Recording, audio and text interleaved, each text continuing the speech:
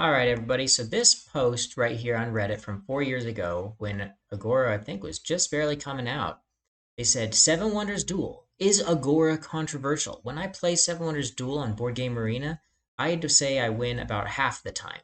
It seems to boil down to how the wonders and cards get drawn. 3 times in the past 24 hours, the game has come down to blue cards for having equal points, so that's exciting. On the other hand, when I play Agora plus Pantheon, I win every time, hands down. I wonder if they're using a science strategy.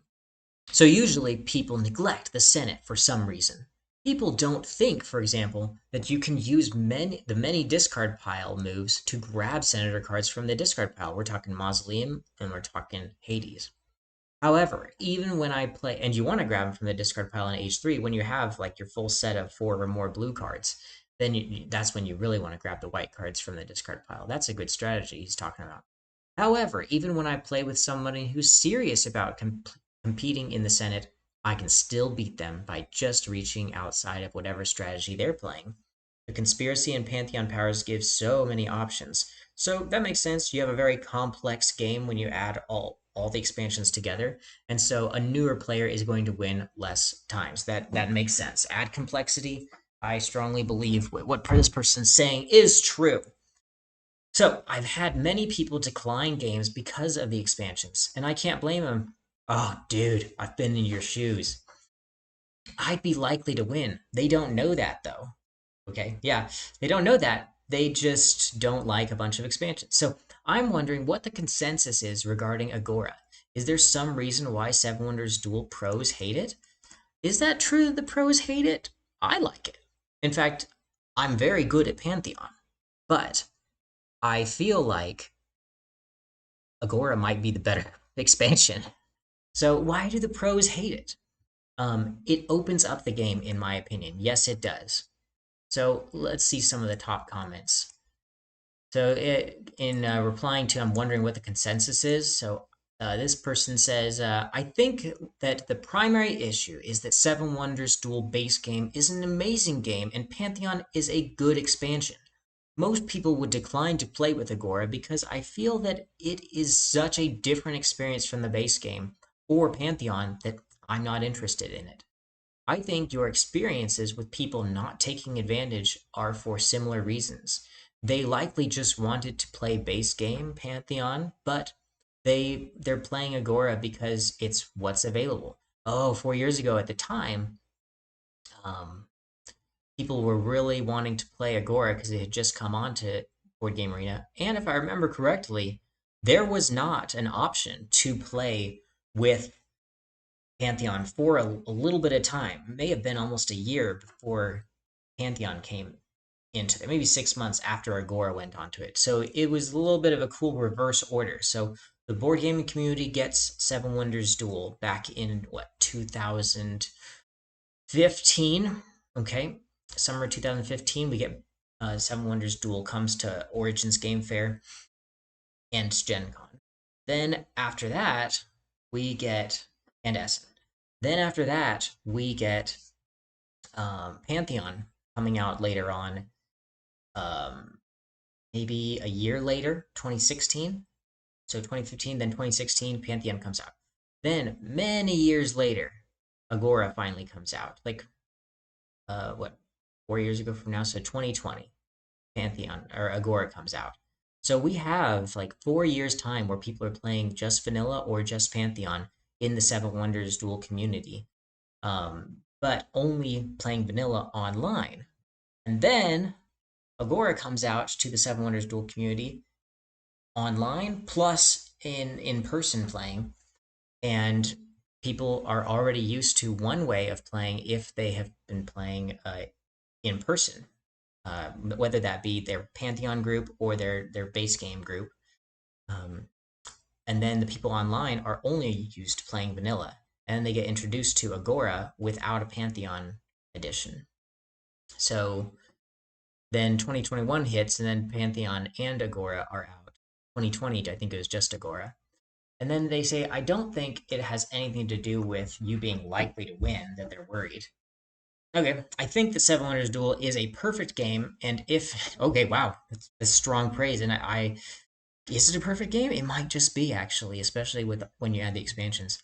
And if it needed any opening up, Pantheon does that the best. Okay, so yeah, Pantheon opens the game up, Agora smooths it out. So Agora seems tacked on to me. I would disagree. Agora seems tacked on to me, and I would pass on it given the options. Is it just tacked on? Because I feel like there are some gaps in Age 3 where those three extra cards perfectly line up, and I don't see it as tacked on. I think it's like a puzzle piece. Agora just makes sense for the game. It also fixes the first player issue in H1. So, this guy says, I feel the same way about Agora. I have played Pantheon, and it already makes the game as open as I want it to be. Anything more would feel like it would be just bogging down the game. Alrighty. Then, next up, we got somebody saying that this is the most pointless anecdote to contribute to this conversation, so my apologies in advance. All right, let's hear it. I just started playing Seven Wonders Duel on BGA a couple of weeks ago. Sold the physical copy of the game about a year ago. After creating a handful of games and having people join, I started joining others, not realizing how, if expansions were incorporated. I'd just gotten reacclimated to playing the game competently, uh, in decently competent way. And then I join a game with both expansions. Needless to say, it didn't go well. Well, yeah, if you don't know the expansion rules, then or if you just know the rules, you don't know the strategy that goes along with it, and then the corresponding metagame, then yeah, you're gonna have some issues. If you go right into it, just avoiding blue cards and playing Agora, that's gonna really not be a good move for you. You're gonna give all three blue cards to your opponent in Age 1. Not good. All right, so I'd love to learn each of the expansions, but probably separately and through the rules as well. All right, so the OP says this is something of a flaw. It's a very different game with the expansions. Okay, yeah, true. Very different game with the expansions. All right, just my personal reasons for not playing it as much. It's not as good as Pantheon. Okay. Oh man, Pantheon does open the game up. If you wanted it to be less simple, and that was your only issue, Agora would still make it less simple. But Pantheon opens the game up. Pantheon makes it even more complex. So if you want a complexity, take it with Pantheon. Base and both expansions thrown in together isn't a great or even particularly good game, in my opinion. So you need just Pantheon. So a lot of people feel like Pantheon is the perfect one. I've even heard people say that Pantheon plus no Raw makes it the perfect game. That's a weird take that I've read before. Don't agree, but it's kind of funny. More generally, on its own terms, I think it's good. It makes the base game more interesting. I think with more tactical choices and things to consider, it's just unfortunate that it follows one of the best expansions to any board game that I've ever played. One that elevates a 7 or 8 base game to one that's best in class for its weight and game type. Yeah, Pantheon really elevated it for me as well. I really love it. Nothing against Vanilla. Vanilla's great too. I don't think Vanilla's a 7 or 8. I think it's also a 10. They're all 10s. Too long didn't read. I suspect it suffers from following a better expansion that has defined how many people enjoy the game. Well, I just went through the history with you guys. And yeah, 2015, Seven Wonders Duel hits Germany and America and the whole entire world, and we're just like, wow, this is really good. It surpasses Seven Wonders, the original, on Board Game Geek. It comes to Board Game Arena, and later on, and then 2016 happens. Pantheon comes out. That's so exciting, and just the one-two punch of a game plus a Bruno Cathala expansion and Antoine Bowser, sure. Also great designer. And then just boom, boom, 1-2, just wow! Like everybody's like, all right, you're gonna support this game with expansions. Let's just like go full in on this game. Yeah, it kind of defined how people were enjoying the game already. And then you get this situation where people are like, all right, we will add a Agora to the mix. What do you think about that? 4 years later, after the meta's already uh, been seen and been created, and then you add Agora, there's going to be some people who are set in their ways and say, hey, no, I already do this, like grab 5 science symbols before H3 and win science strategy. I'm good. I don't need to go into Agora. In fact, that seems like a bad strategy in Agora to be grabbing 5 science symbols. That seems like a non-winnable way to play. It's just not working for me. I don't like it. So yeah, it crashed the market. It redefined the meta. So there's nothing like someone playing raw to steal your wonder, and you. Oh, so this is some shade the OP is putting on Pantheon. Yeah, there's nothing like someone playing raw to steal your wonder, and you activate the extortion conspiracy to steal it back. True, when you have two steal wonder is not as powerful. When it's a single one, that's more powerful. Same with Mausoleum and Hades. But the thing is, you can if you have the Mausoleum, you're the Mausoleum player. You can take Hades and you can hide it, and so that only you have the power to take from the discard pile. And I think that is something that Seven Wonders base game needs to add, because the player who has Mausoleum really just waits to the end of the game and then feels so powerful, because then they just take from the cards in the discard pile at the end of the game. A better way to do it would have some other wonder or some card that, when played, could get you a card from the discard pile. And potentially there are expansions that do that, but Seven Wonders just recently got, like, the normal Seven Wonders, not the Duel. Seven Wonders recently got its first expansion on Board Game Arena. And I'm wondering where all the other great expansions went. Where's Leaders? I really love playing Seven Wonders with Leaders. Where's the Leaders expansion to Board Game Arena? I don't think the Repost is going to put that on there. All right, so he says the two expansions are, oh yeah, yeah, and the combination of both expansions means more than one way to do things, like dig from the graveyard. The military tokens now affect political clout, so suddenly a god like Neptune can win a Senate chamber. Yeah, Neptune became way more stronger in Agora, so you now need two separate tier lists: a Pantheon only tier list for the divinities, and then a Pantheon and Agora tier list to actually really define the game effectively. So now the two expansions are highly complementary, but it creates a different game that's less zero sum and more about leveraging all the resources you can towards the best strategy. There's still the zero sum sword of Damocles. I don't know how to say that, where you can't neglect the other person if they're being aggressive in science, military, or Senate. Okay, I think Agora is a lot more fun than Pantheon, but I suppose it's a matter of what is simpler, Veneer over the base versus something that changes the game. Okay, okay. So there's a little shade on Pantheon with that. It's just a matter of what is the simpler Veneer over the base versus something that changes the game. Pantheon's going to change the game more. Not saying Agora doesn't change the game. Both expansions change the game. Agora is going to be easier for a new player to get into, though. Um, yeah, it all depends on what type of veneer you want to put on your game. All right, so then the response, I suppose it's a matter of what is a simpler veneer. Okay, yeah. They said, I'd argue that the option to not take a card on your turn via the deities is more game changing than anything in Agora. That is very game changing. That's true. But the conspiracies can kind of let you do some moves like that. All right, very true. Though I like to play with the expansions mixed. Yeah, this OP's already said they like them both. As I said, someone using Raw to take my wonder, then I activate my conspiracy to take it back was great.